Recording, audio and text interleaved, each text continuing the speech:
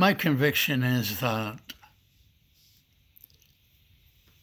people are not keen on going to heaven through a death process, in part because we present heaven not as a biblical heaven,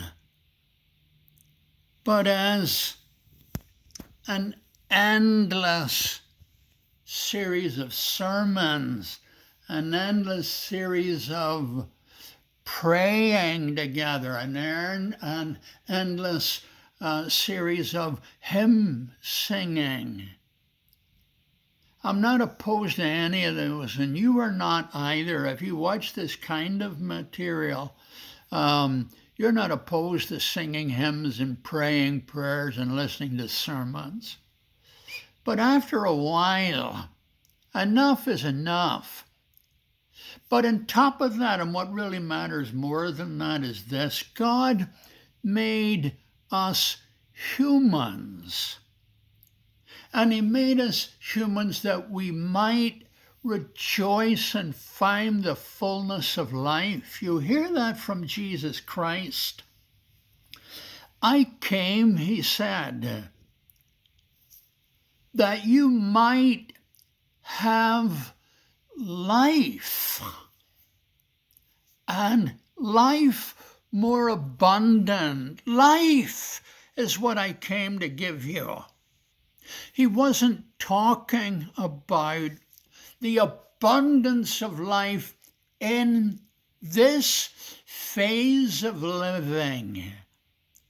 He's saying, when I'm done with all that I am doing in the Father's name, who is in me and reconciling you to himself, that you might have life abundant. He didn't create us so that forever we will say to him, you are so wonderful. Oh, you are so wonderful. Oh, you need to be honored, and on and on and on like that.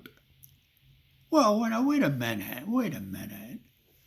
God has to be honored. I mean, he's big on being honored, but he is not big on being honored and told endlessly how wonderful he is. How do I know that?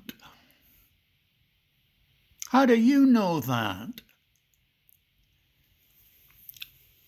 Because when God wanted to let you know, and let us know, all of us, what he has in mind for us, you know what he did?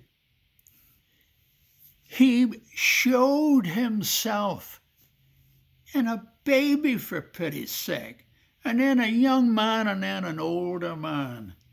And he gave him power over food. And what did he do? He went around feeding everybody.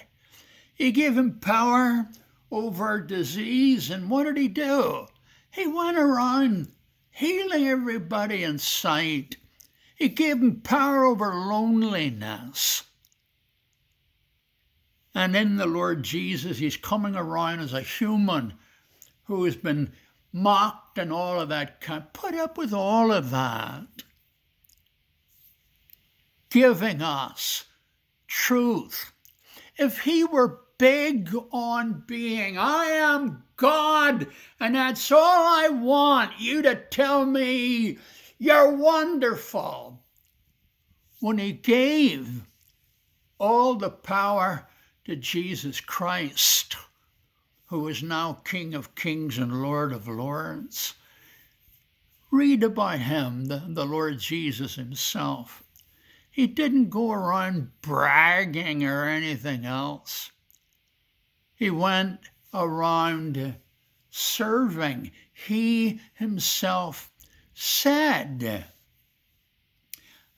I didn't come here to be served, but to serve and give my life as someone who will free you and rescue him. That's why I live. Now, he says, I've come to give up my life for you. If God were big, big, big on I want honor, he would never have showed himself marvelously in Jesus Christ. Whatever else you make of Jesus, whether you like him or don't, whether you're opposed to him or a supporter, you can't look at Jesus and think he is a self-grandizing being. That one grew in wisdom and dominion, and he loved people and loved his Father. That was him. Yeah, he grew in wisdom and stature, in favor with God and man. People who liked people loved them. People who loved him ended up loving God. He's not a bully. He doesn't demand all that glory. He created us out of his love for humankind. Before he actually created us, Genesis 1 and on, he thought of humans, and he loved the thought of us and created us. And as one of the very famous theologians said, the simplest way to explain why we exist at all, is that God did not want to be God without us. And that's why he chose to make us. Until heaven is presented as the love of God being more and more fully experienced, more and more expressed, until heaven becomes better, wondrously, marvelously better than your best moments on earth. Earth will always be greater than heaven as an affection and something to draw us. Preachers and teachers, church leaders need to talk about the truth about God and where he's taking us if we will let him. And once that becomes a part of it all, then dying won't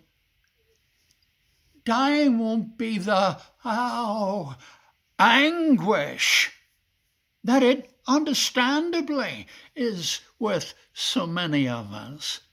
Jesus, we're told in Hebrews 2, for as much then as the children were made partakers of flesh and blood, he also himself likewise took part of the same, that through, it's what the text says, that through dying